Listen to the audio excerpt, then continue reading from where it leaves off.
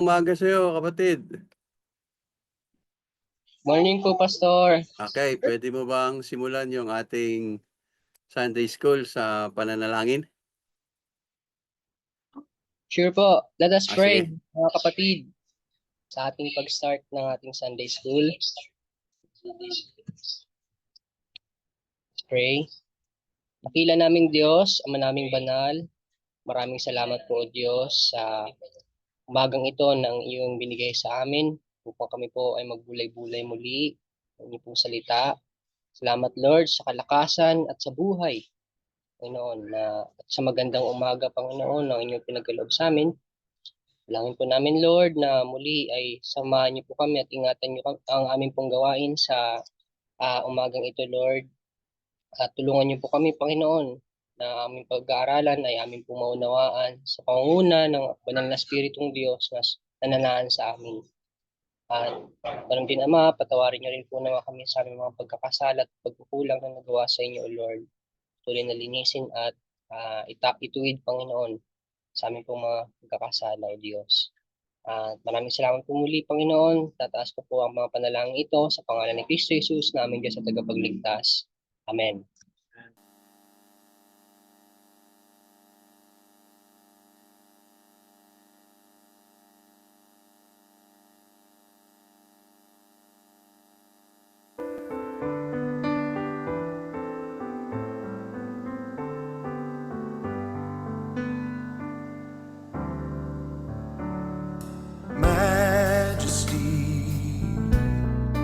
Worship his majesty. Unto Jesus be all glory, honor, and praise. Majesty, kingdom, authority flows from his throne unto his own. His anthem reigns. Majesty, worship his majesty. Unto Jesus be all glory, honor, and praise. Majesty, kingdom, authority flows from his throne unto his own. His anthem reigns. So exalt, lift up on high the name of Jesus. Magnify, glorify Christ Jesus the King. Majesty, worship his majesty. Jesus who died, now glorified, King of all kings. Majesty, worship his majesty. Unto Jesus be all glory, honor, and praise. Oh, majesty, kingdom, authority flows from his throne unto his own. His anthem reigns. So exalt, lift up on high the name of Jesus. Let's magnify, glorify Christ Jesus the King.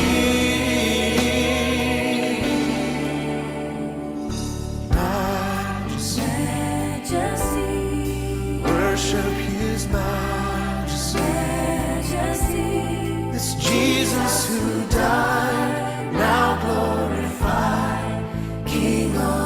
kings. Jesus who died, now glorified, King of all kings.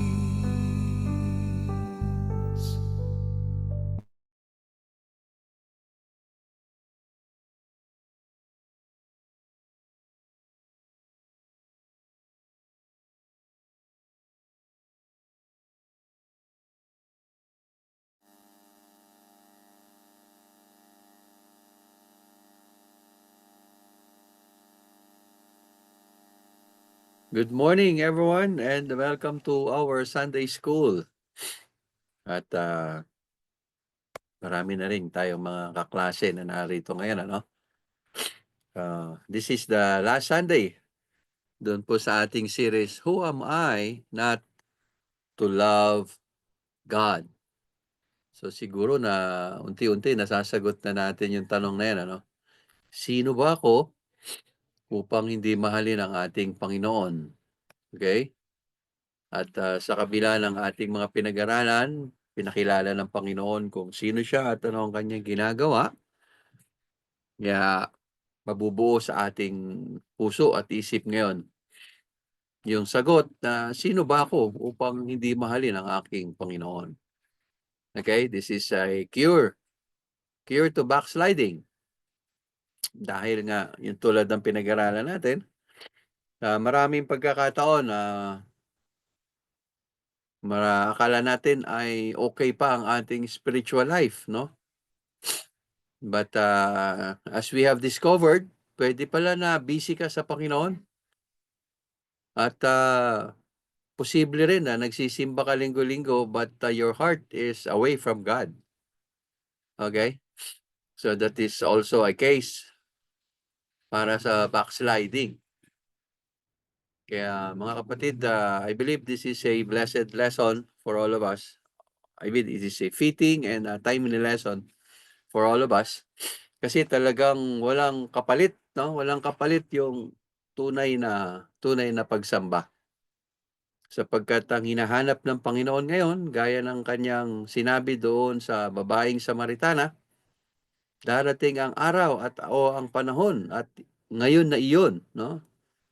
Na ang Diyos ay patuloy na maghahanap ng mga tunay na mananamba. Okay, kaya't nakita rin natin na the greatest commandment is to love God above all else.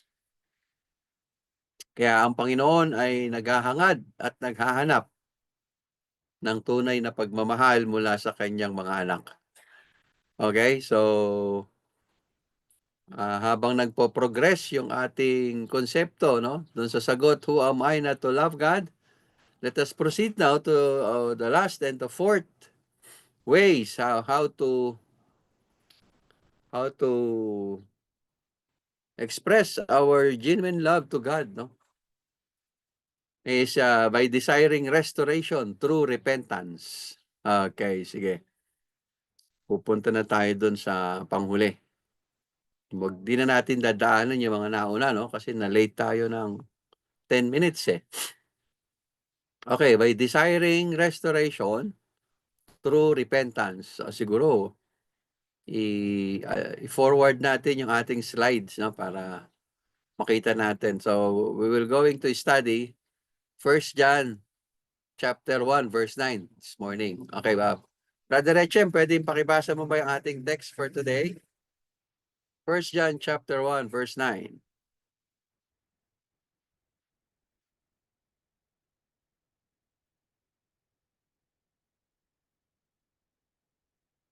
Nako, mukhang nagloko yung signal ni Brother Echem. Di tayo naririnig, ano? Brother Echem, are you with us?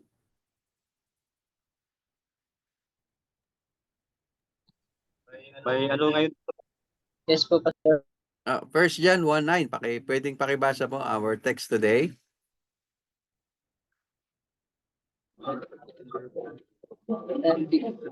First John chapter 1 verse 9. If we confess our sins, He is faithful and just to forgive us our sins and cleanse us from all unrighteousness. Okay, wow. So makita natin ano. Now, what do you think is the big lesson na makukuha natin dito sa 1 John chapter 1 verse 9? Yan, Brother Echem, what do you think is the big lesson diyan? Kasi favorite 'yan ng mga Christian no? Yung verse na 'yan. So, bakit yan nagiging malapit sa puso ng mga Kristiyano? Ano ba yung may malaking lesson na makukuha natin diyan o magandang promise na binigay ng Panginoon diyan sa verse na 'yan?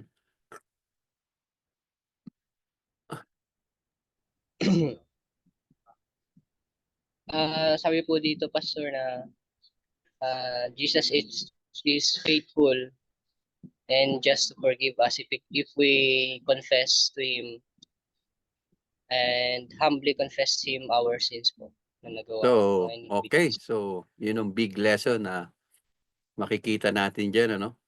Jesus will forgive us if we just humbly confess our sin.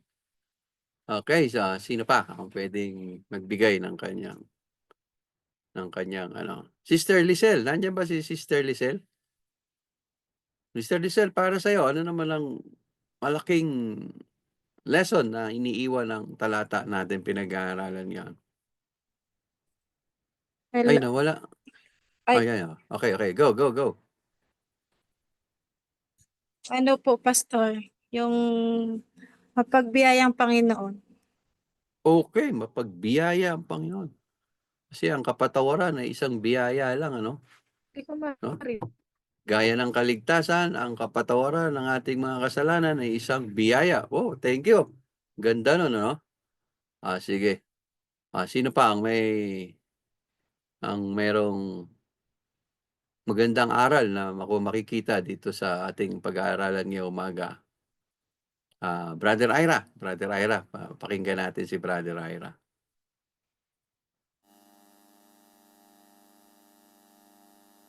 Nandiyan ba si Brother Ira?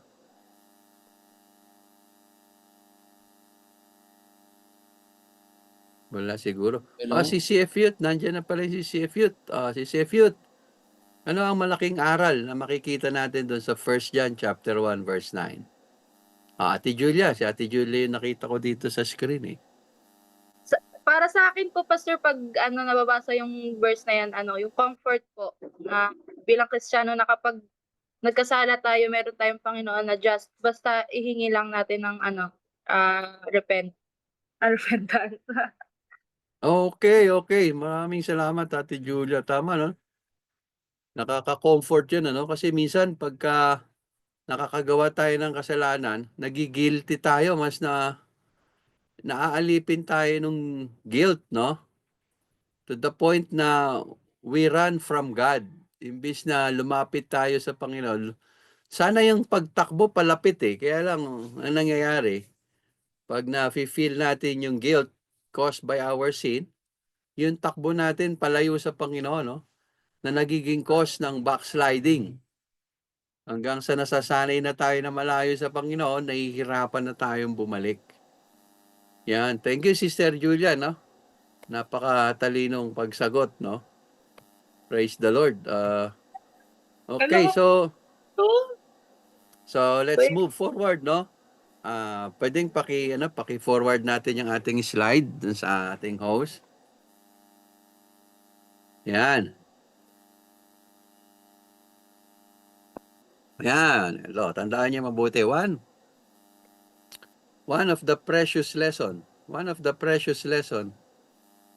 from this text para sa isang totoong Kristiyano who struggle with sin is God's unstoppable and never-ending faithfulness in both forgiveness and cleansing. Tandaan niya, no? Yan yung emphasis dyan na nung faithful and just. No?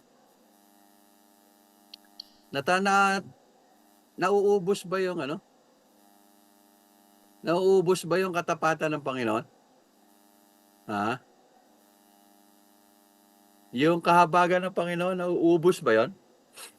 May isang magandang awit dyan, mula sa Lamentation. Naalala niyo pa yung awit na yon? Brother JR, to musically inclined to ya. Natatanda mo pa yung awit doon sa Lamentation? Patungkol sa mercy and unending faithfulness ng Panginoon? Ha? Yung awit sa Lamentation, Pastor, yung great is thy faithfulness. Great is thy faithfulness ba yun? They are new every morning. Great is thy faithfulness. Yun! Kita mo na, naunahan ka na Evermore. ng nanay ko. Ang bagal mo kasi. Ayan, naunahan ka na. Wala ka ng prize. Thank you, mami. Sinasabi ko eh. Oo. Ang bagal mo kasi. Kaya siguro hanggang ngayon, single ka pa. The joke lang. Okay, sige. 1 John, that is the big lesson in 1 John chapter 1, verse 9. Pinapakita dyan yung undying and unstoppable and never-ending faithfulness. Saan faithful ang Panginoon dyan sa verse? Sa pagpapatawad at sa paglilinis. Very particular ang Panginoon, ano? But the key is confession. Confession, no? Kinakailangan lang natin na buksan ang ating puso sa Diyos, maging honest tayo sa Panginoon, maging transparent tayo sa Panginoon. Kasi, yun naman ang kanyang pangako, no? That He will never stop forgiving us, and the Holy Spirit is in business of cleansing us, or what we call the purification or sanctification. No? Kasi yung sanctification natin, that is in a progressive form, no? Narinig niyo na ba yung progressive sanctification? Kaya totoo yung promise ng Panginoon. His mercy never comes to an end. No? Kaya great is yung faithfulness niya. They are new every morning. Great is thy faithfulness. Okay? Now, let us look at, we're going to look at 4 big reassurance na napapaloob sa ating aral na ito. Okay? Kaya, always desire for restoration through repentance. Okay? Unang-una sa iyong sarili. No? Dapat pag alam mong nagkamali ka, na meron kang heart na i-restore ka uli ng Panginoon. And the way is through repentance. Okay, so number 1, let's move forward. Number 1. Yan. Pakibasa mo nga, Ate Julia. Number 1, God's forgiveness is certain. Wow, And ano ibig sabihin niyan para sa'yo, Ate Julia? ano po, God's... sigurado po, sure. Oh, very good, no? So, nakalakip doon sa verse, no? Kaya, kung magdi-desire lang tayo ng restoration through repentance, the promise of God, He assured us that forgiveness is certain. Sabi nga ni Sister Julia, it is sure. Why? Because our forgiveness does not depend on how we feel. Okay? But on God's faithfulness and justice. Okay? So, wag nating kakalimutan yan. Hindi mahalaga kung ano yung pananaw mo, hindi mahalaga kung ano yung nararamdaman mo. Dahil ang basihan ng Panginoon, no, ay sa kanyang nature, faithfulness, and justice. Hindi siya Panginoon na, alam mo yon, na naghihintay lang para parusahan ka. Okay? Ang ginagawa ng Panginoon, He desires to restore us when we humbly confess. Okay? So, magandang aral to para sa ating lahat. Kaya, ang pinapakita rito ng Panginoon, dapat ganun din tayo. Siya nga, katuwing magkakasala tayo, ang kanyang puso is to restore us. Okay? para manatili tayo dun sa fellowship niya. But kinakailangan natin ng repentance. Now go to Micah chapter 7 verse 18. Okay, sino gusto magbasa ng Micah? Go, please read the book of Micah 7:18. Anybody? Micah chapter 7 verse 18. Hmm. You shall be afraid of the Lord our God, and shall fear because of you. Who is a God like you, pardoning iniquity, and passing over the transgression of the remnant of his heritage? Okay. Nakita ninyo ang ganda ng verse, ano? Dinescribe dyan yung Panginoon ni Prophet Micah. Okay? Who is a God like you? Grabe, no? Sabi niya, ibang klaseng Panginoon ka. No, wala kang katulad. Ayan. Pardoning iniquity and passing over transgression for the remnant of his inheritance. So, the Bible is clear. Sabi, he does not retain his anger forever because he delights in his steadfast love. No, kagalakan ng Panginoon ang mahalin yung kanyang mga anak. Ang ganda naman ito, no? Kaya every time na tayo ay natitempt to turn our back sa Panginoon dahil there is the guilt stain na naiiwan sa puso natin at sa konsensya na nagkokos ng paglayo natin sa Panginoon. Remember this verse, Micah 7:18. Na? Wala siyang katulad na Diyos na nagpapatawad ng pagkakamali. At naglilinis ng mga kasalanan. Okay? No, so, meaning, so this is the lesson that when we confess, God willingly forgives. Nakakasabay ba kayo? Naiintindihan niyo ba yung pinag-aaralan natin? Pwedeng paki-forward yung ating slide. Now, this is the lesson now. No, this is the first assurance na makikita natin. God's forgiveness is certain. That when we confess, according to Micah 7:18, God willingly forgives because showing mercy is part of His nature. And besides, sabi nung verse, no? Yung kanyang pagpapataang pagmahalin ng kanyang mga anak ay kagalakan niya. Isipin mo, talagang He is a loving Father. No? He can embrace our mistakes and continue to love us as His real children. So, sino nga tayo? Babalik tayo dun sa tanong ng ating pinag-aaralan.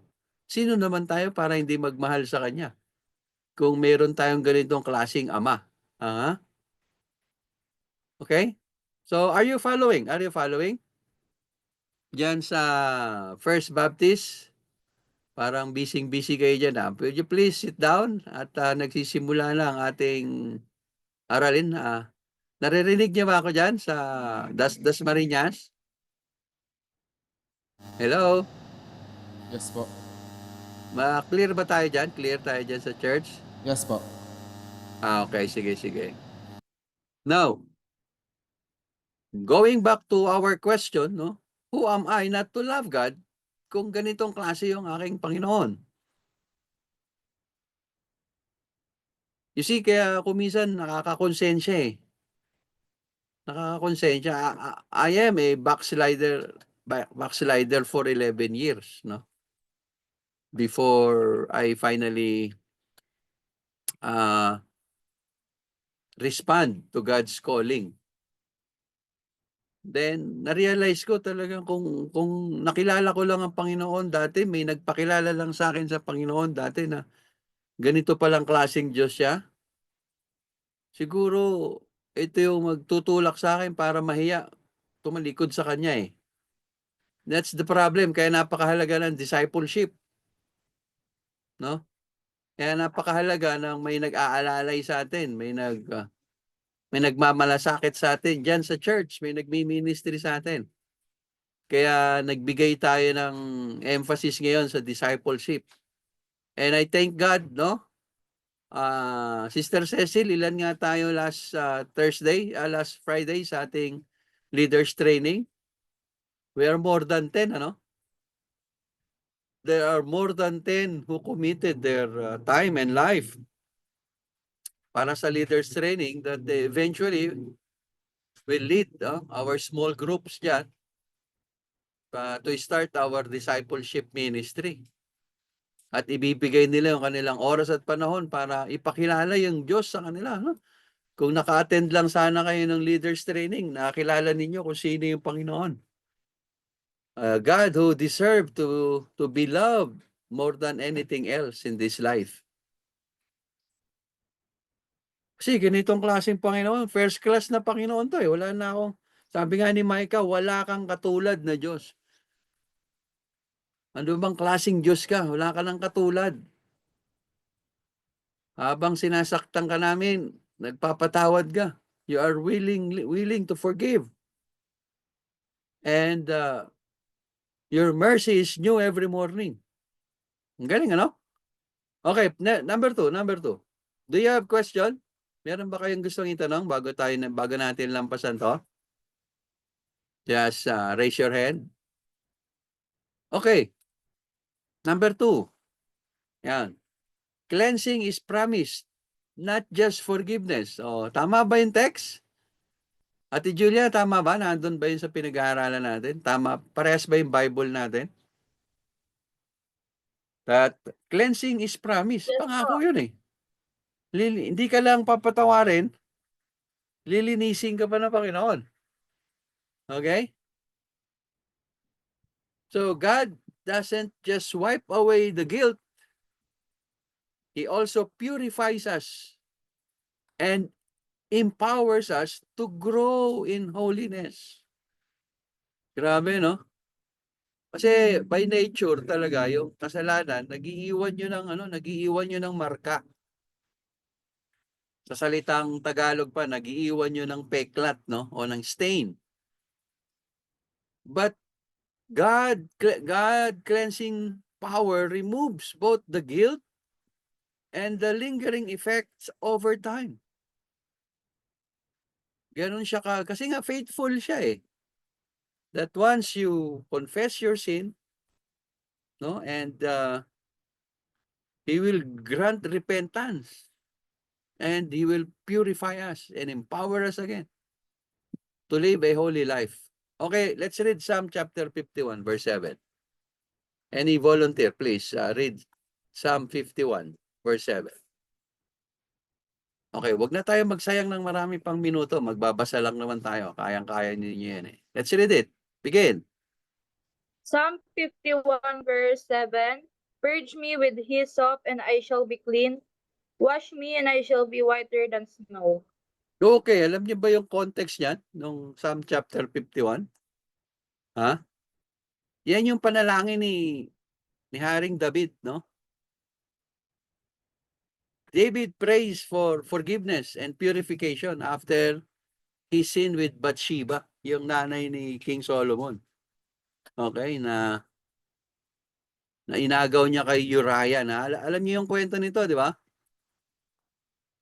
So, dahil nga ni-reveal na sa kanya nung propeta, yung pagkakamali niya, yung kasalanan ginawa niya, ito yung nagtulak sa kanya to pray this kind of prayer. David pray for forgiveness and purification. And alam naman natin na kung ano ang ginawa ng Panginoon kay King David, ano? God restores King David. Hindi niya inalis sa trono si King David. He remains king hanggang sa natapos yung purpose ng Panginoon sa kanya. And he died as a king. Okay? Why? Because the promise is true. No? I-forward natin yung slide, please. Are you following? Yung sa ating host. So, yan. Teka, number 3 na yan, brad. Sa number 2 pa lang tayo. Doon tayo sa lesson. Makikita natin yung lesson dyan that God doesn't just pardon. Okay? God doesn't just pardon our sin. He also cleanses our hearts. And helping us grow in holiness. Kasi yun yung purpose ng Panginoon eh. Sa alam niyo yung verse na yan, no?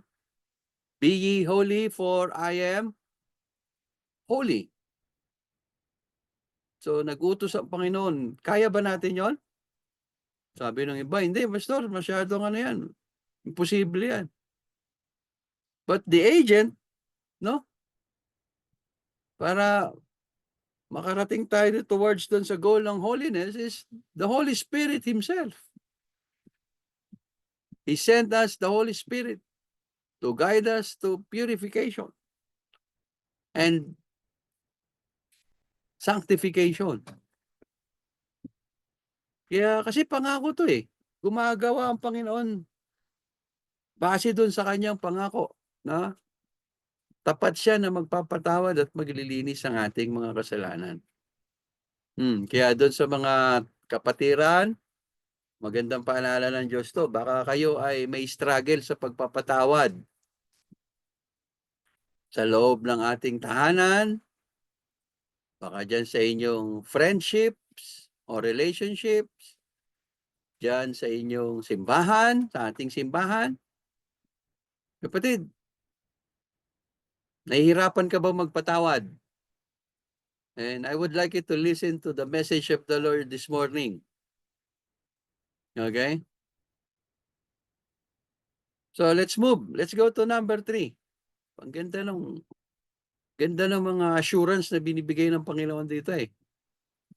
Number 3, the verse says, God is faithful and just in forgiving us. Okay? Now, ang basis kasi ng pagpapatawad ng Panginoon, hindi doon sa merit na ginagawa mo. But on Christ's finished work. Ano ba yung naalala niyo mga sinigaw ng Panginoon doon nung siya nasa krus? O yung mga huling sinabi ng Panginoon doon sa krus? May naalala pa ba kayo? Taon-taon ginaganap natin yan sa simbahan, ano? Yung sinatawag natin na 7 last word. Doon dyan sa FBCF, meron ba kayo naalala ang isa doon sa 7 huling salita ng Panginoon? God forgive them for they that know what they do. Oh, grabe, no? Nakita niyo yung panalangin ni Jesucristo habang pinapahirapan siya ng tao? Ama ko, patawarin niyo po sila. Hindi nila alam ang kanilang ginagawa. Okay. Sige. May 6 pa. Sino pa may nakakaalala? Isa pa. Ano po? Na magre-reminds. Ha? Ilay si Baktani. My God, my God. Ano yun? Why hast thou forsaken me? Oh, very good. Thank you. Oh. One more. I Yan. tears po, Pastor. Ha? I am tears. I thirst. Alam mo ba sa nauuhaw ang Panginoon doon? Nauuhaw siya sa pagmamahal. Ating pag-ibig. Kasi tinalikuran siya ng Ama doon at pagkatapos nireject siya ng taong tutubusin niya. Okay, next one. Today you will Sa be April, pag-aaralan natin lahat ulit yan. Babalik-balikan natin yan. Next one. today you will be with me in paradise. Finish na po. With me in paradise. Wow, very good. Dalawa pa. Sige, next, Brother Edwards. Narinig ko nagsasalita si Brother Edwards. Ano na po? Finish na. It is finished. It is finished. Tapos na.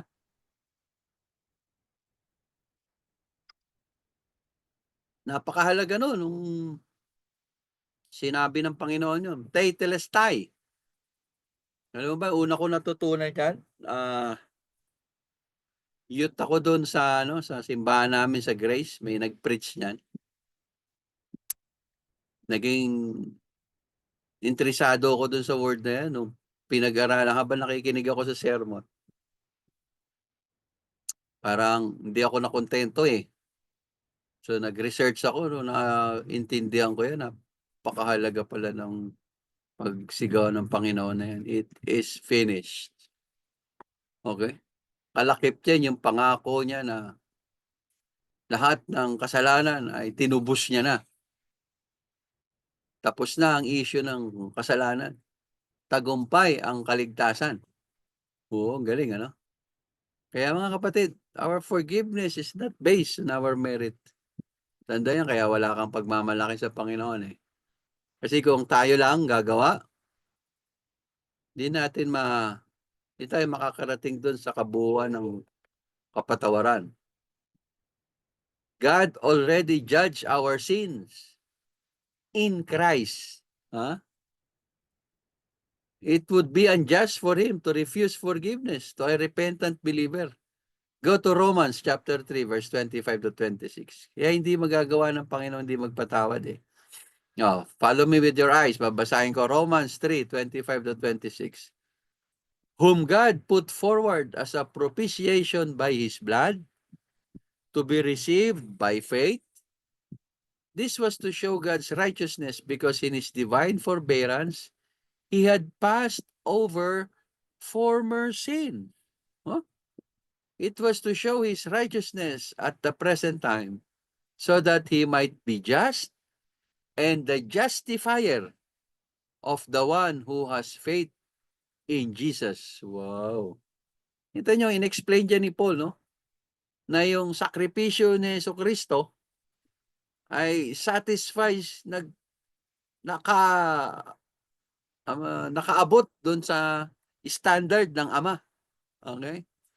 It satisfies God's justice. Sapat yung kamatayan ng anak para bigyan ng hustisya yung pait at sakit na naramdaman ng Diyos sa kasalanan ng tao. Isipin mo gaano kasakit sa kanya makita yung kamatayan ng kanyang anak. Grabe nga ito nakita niyo yung pagmamahal ng Diyos dito. Nasaktan siya kasi sinuway siya ng tao. Galit siya sa kasalanan. Ngayon, nakakaano nga ito ang hirap nga unawain ito minsan eh. Ngayon, para mapayapa siya, at peace yung niya, yung sakit na nararamdaman niya, bunga ng kasalanan, panibagong sakit yung kanyang inihain. Ang makita yung kamatayan ng kanyang anak. Kaya pag inisip mo, paano naluwalhati ang Panginoon dun sa kamatayan ng kanyang anak? Ang sakit nun, di ba? Kaya yun talaga yung pinapakita nito, masakit yung kasalanan. Tiniis yun ng Diyos. Lahat. Para at the end, wala na siyang kasalanan pang makikita sa kanyang mga anak. Bakit? Tiniis niya na lang. Para ang makita niya na lang ay yung kabutihan na ginawa ng kanyang anak sa buhay ng mga tinubos niya. Kaya, mapalad ka kung pinili ka ng Diyos if you are elected children of God. Para sa iyo yun eh. Are you following? Are you following our lesson? Hello, may kausap pa ba ako rito? Yes po. Wala yata akong... yan. Kaya, babalik tayo dun sa tanong, sino ako para hindi mahalin ng Panginoon? Sige nga. Siguro nabubuo mo na yung sagot ngayon, ano? Nabubuo mo na siguro yung sagot ngayon. Sino ka para hindi mahalin ng Panginoon? Sino ako para hindi mahalin ng Panginoon?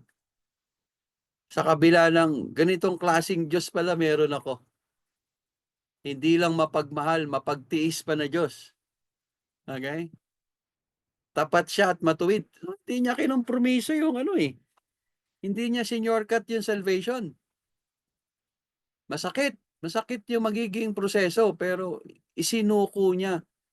Isinuko niya yung kanyang sarili dun sa proseso kasi nga matuwid siyang Diyos. At ang kapalit nun ay yung makita niya na natubos talaga natin yung kasalanan sa pamamagitan ng kanyang anak. Kailangan kasing tubusin yun eh. Yun yung provision ng law. Okay? Ang katapat ng kasalanan ay kamatayan. Kaya kinakailangan niya mamatay. Are you following?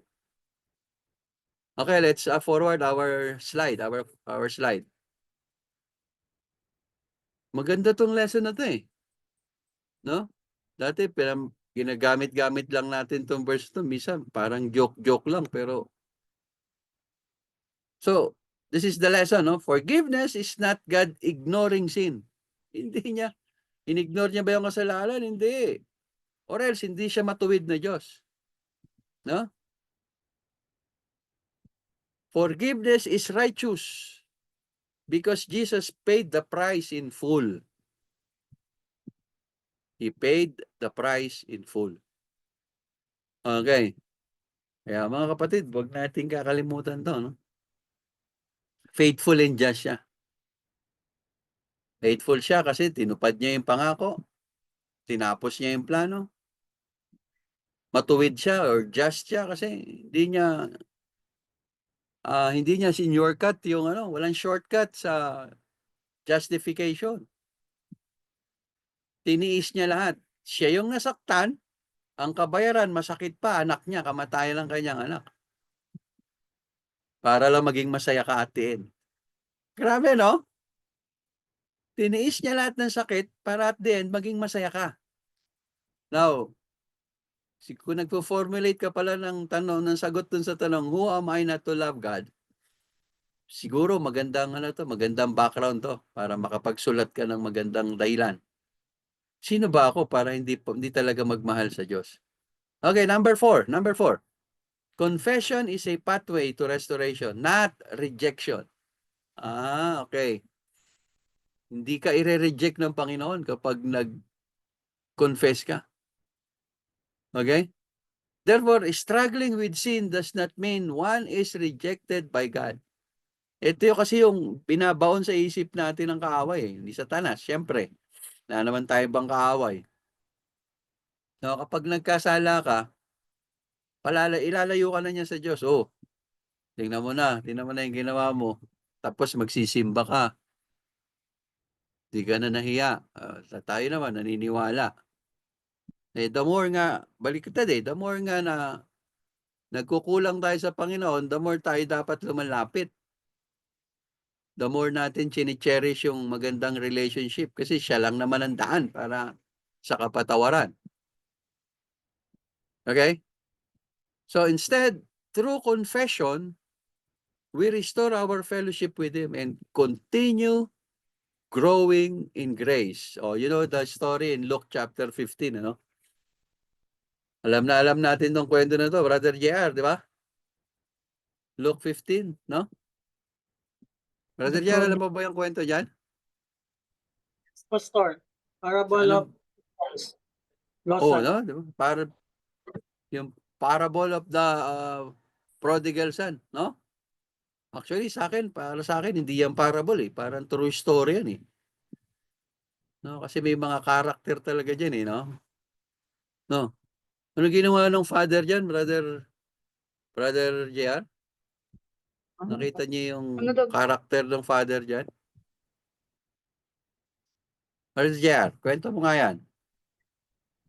Ayun, Pastor, tinanggap pa rin siya ng ama niya nung nag-confess siya sa kanyang kasalanan na nagkamali siya. Hindi pa rin nawala yung No, nakita niyo yung ginawa ng ama, no? Sa malayo pa lang, nakita niya na yung anak niya na pabalik. So, ibig sabihin, naghintay talaga yung ama, no? Naghintay. Itong nakita niya na pauwi na yung kanyang anak na nagkasala, he runs and embrace him. Embrace his repentant child. Kaya dito, maintindihan natin, mga kapatid. Alam natin itong kwento to kahit di ko na ikwento. Sunday schooler pa lang kayo, tinuturo na sa inyo to eh. No? Kaya yung aral na tinuturo sa atin dito, God doesn't reject us when we confess. Kabaligtaran yung ginagawa ng Panginoon. Ano ginagawa niya? He welcomes us back with love. Huh? Kita, di ko alam, amoy pagkain ng baboy ito, sabi ng kwento, di ba? Hindi galing to sa magandang lugar, patirahin ka ba naman sa babuyan? Tapos nung nakita na naman, niyakap, pinalik-halikan. As an expression of His love, na kahit paano itsura mo, kahit paano amoy mo, kahit paano ang kalalagayan mo, hindi magbabago yung pagmamahal ng Panginoon. Ang kinakailangan lang ay bumalik ka sa Kanya. Confess your sin. And God will not reject us when we confess. But instead, He will welcome us back with love. So for struggling believers, listen to our lesson this morning. Tandaan mo yung pinag-aaralan natin ngayon, 1 John 1:9 is anchor to sa hope. Kaya to binigay sa atin ng Panginoon that every time we fall, we can run to the Father, not away from Him. Okay? And His faithfulness does not waver, even when ours does. Okay? So, tingnan natin, may quote dito na gusto kong i-share sa inyo. Pwede natin i-share yung quote. Yan. Basahin natin sabay-sabay. Begin. The Christian life is not about perfection, but direction. True believers don't live sinless lives, but they do live repentant lives. Yan. Brother JR, kilala mo yung author niyan? Brother JR? Opo, ang aking paboritong pastor. Ang bira ka naman. Yan. So, mga kapatid, napakaganda ng quote na yan na magpapaalala sa atin. We cannot live this Christian life in a perfect way, no? But we have to be repentant every day. Tama, Brother Jar? Kasi hindi talaga tayo magiging perfecto eh. So for our study question, will you please forward our slide, please? For our study question, what does our lesson reveal about God's character in dealing with our sin? O, yan, sige.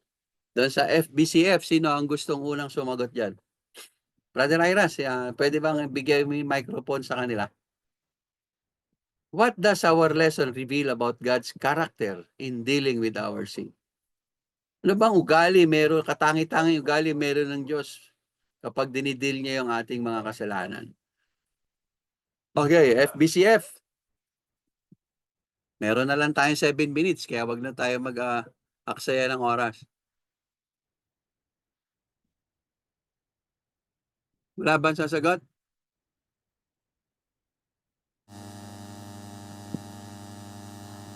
Para lang sa akin, ang Panginoon talaga, He is a just God. Hindi lang siya, kasi nga, nagpapunish rin naman siya. Pero sa ating mga Christian na kapag sabihin natin na mag-confess talaga tayo sa Panginoon dahil nga is, yun na nga, ano na tayo, na lubog na tayo sa kasalanan o para bang bigat na tayo, pero naawa rin talaga siya na sinabi niya na, wag kang kahit gaano pa yan kalikik na kasalanan mo, i-ano mo yan, i-confess mo yan dahil ready siyang magpatawad. Hindi lang willing magpatawad, kundi i-cleanse ka pa niya. Kaya sabi nga is, Christian is not perfection but direction. Dahil nga hindi naman tayo bilang tao, hindi naman tayo perfecto. Kaya talagang kahit ilang beses tayong makagkasala, kung lalapit lang tayo sa Kanya, talagang magpapatawad lang siya. Hindi lang tayo magpapatawad, kundi ano pa tayo, kung halimbawa is nabibigatan tayo sa ating mga trials, gaya nga sa account ng Matthew na, come to me all you that have burden and are heavy laden, I will give you rest. Kundi pati pa sa ating mga trials, bibigyan pa tayo ng kapahingahan. Yun ang nagiging takeaway lesson ko. Okay, sige. O, dyan naman tayo sa CCF Youth. What does our lesson reveal about God's character in dealing with our sin?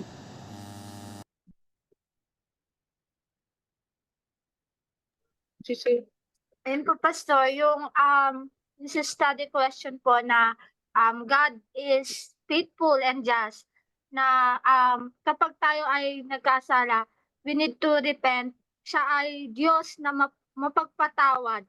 Any sin pa po na ating na-commit, kapag tayo ay nag-repent sa Panginoon, yun po, siya ay faithful and hindi yun nagbabago. Siya ay yun po, Pastor.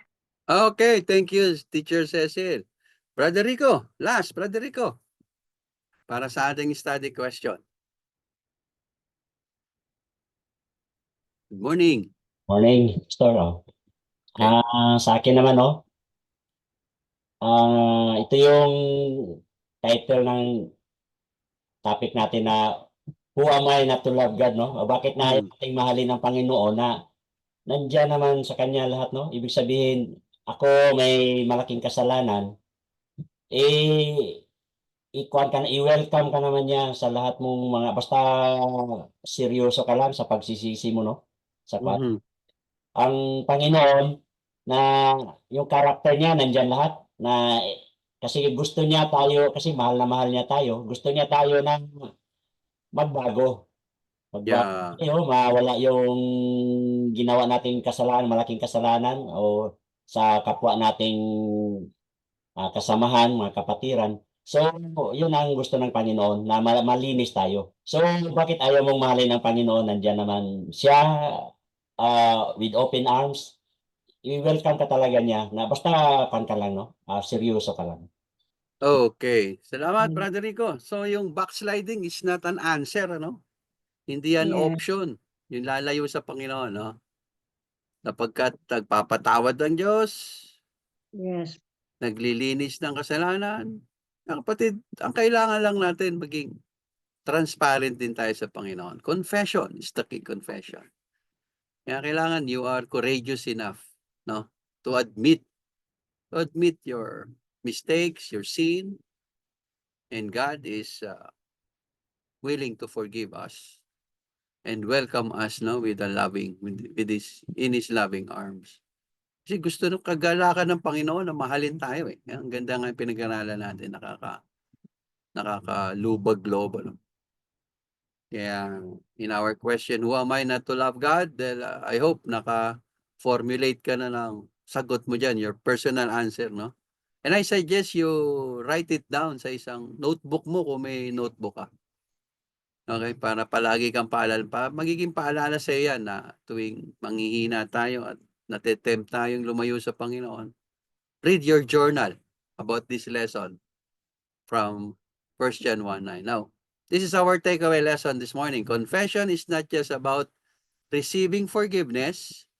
It's about restoring fellowship with God and experiencing His cleansing power. Yan.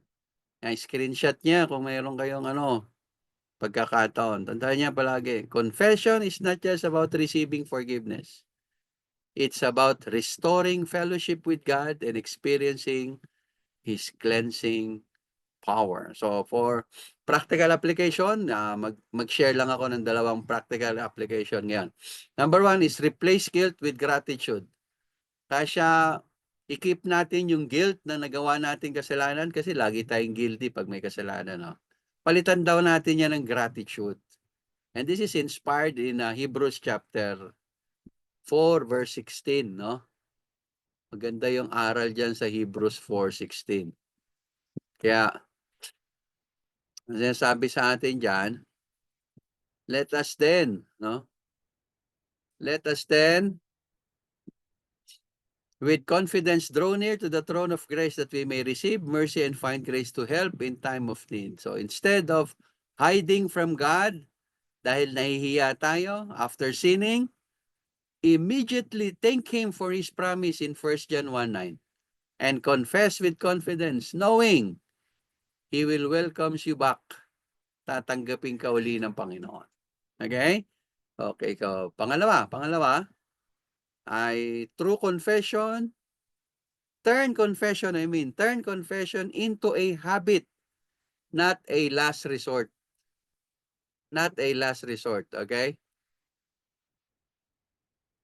Kaya gusto ng Panginoon, repentant lang tayo palagi, no? Kasi malayo talaga tayo sa perfection. And even God is not, di naman siya nag-expect na we can live this Christian life perfectly. Ang tinuturo niya sa atin ngayon is be a repentant believer. Confess. Make it your habit to confess your sin from time to time. Hindi kung kailan hirap na tayo, hindi kung kailan ang bigat-bigat na. At kung minsan magigising ka na lang, ang layo mo na sa Diyos. Parang yung prodigal son, ano? Kung maaga pa sana siya na humingi ng tawad sa Diyos, sa ama niya, hindi na sana nalusta yung pera niya. Hindi na siya nahirapan. Hindi na siya sana kumain ng pagkain ng baboy. Kung kailan hirap na siya, tsaka niya lang naalala yung ama niya, kung sino yung ama niya. Kaya ngayon, pinapakilala na ng Diyos kung sino siya. Through our study in 1 John 1:9. Okay? And Psalm 32 verse 5 says, I acknowledge my sin to you. I did not cover my iniquity. I said, I will confess my transgression to the Lord, and you forgave the iniquity of my sin. Kaya mga kapatid, no? Tandaan natin. Ang ganda nung aral na iniiwan ng Panginoon ngayong umaga. Make daily confession part of our prayer life. Not just when we feel overwhelmed by guilt. Okay? Dahil pananatilihin ito yung puso natin na malambot sa harapan ng Diyos. And this will strengthen our walk with Him. Kaya, mga kapatid, ito yung magandang aral na iniiwan sa atin ng Panginoon ngayong umaga. Huwag natin kakalimutan. Now, listen. As I close this lesson, wala na tayong oras, ano? This is our conclusion. In asking, who am I not to love God? Believers are prompted to reflect on the immense love that God lavishes upon them. Pagbulay-bulayan natin ulit kung gaano ba kayaman yung pagmamahal ng Diyos sa atin. No? And this love serves as a powerful cure to backsliding, providing strength, purpose, and renewal on the spiritual life.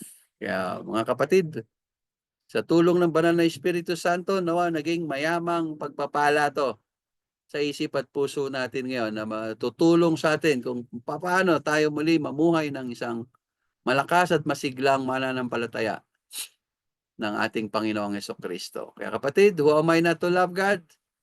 Alam mo na yung sagot ngayon, ano?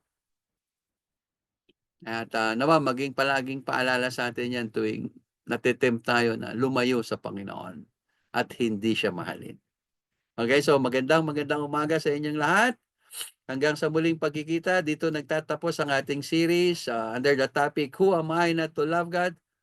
I just hope and pray na marami tayong natutunan uli na magiging gabay natin sa labang Kristiyano sa araw-araw na lakad ng buhay natin. So magandang umaga, hanggang sa muling pagkikita. Pagpalain kayo ng ating Panginoong matuwid at mapagmahal. Magandang umaga po. Pastor Gary, please close us in the word of prayer. Sige po, magbukas tayo sa panalangin. Pray. Ama naming Diyos, tunay na ito po ay dapat na ang pong ibigin ng buong puso, ng buong lakas, ng buong Panginoon. Dahil po sa minsan pa ay pong ipinaalala sa amin at nais pong iparealize sa aming Panginoon kung gaano pinadama at pinakita sa aming Panginoon ang isang pagmamahal at pag-ibig sa aming Panginoon. Gaya po ng binanggit din ng banal na kasulatan at love, bigit at love, dapat din po ang mangyari sa aming Panginoon pagkatapos po kaming ibigin ay ibalik po namin din sa iyo ang pag-ibig na nararapat sa iyo, Panginoon. Salamat po sa iyong pagpagturo, Panginoon, at tulungan po kami, O Diyos, sa lahat po ng mga katotohanan na iyo pong tinuro sa amin sa umagang ito. Tulungan po kami na isagawa ito, Panginoon, i-apply namin dito sa aming buhay, O Diyos. Unang-una sa iyo, Panginoon, aming po ibalik ang pag-ibig at sa aming po mga kapatiran at sa aming kapwa ay ipadawat namin ang pag-ibig ng ito, Panginoon. Sa iba namin, diyaban ang lahat ng kapulihan, ito ang aming samo at panalangin, pangalan ni Jesus. Amen.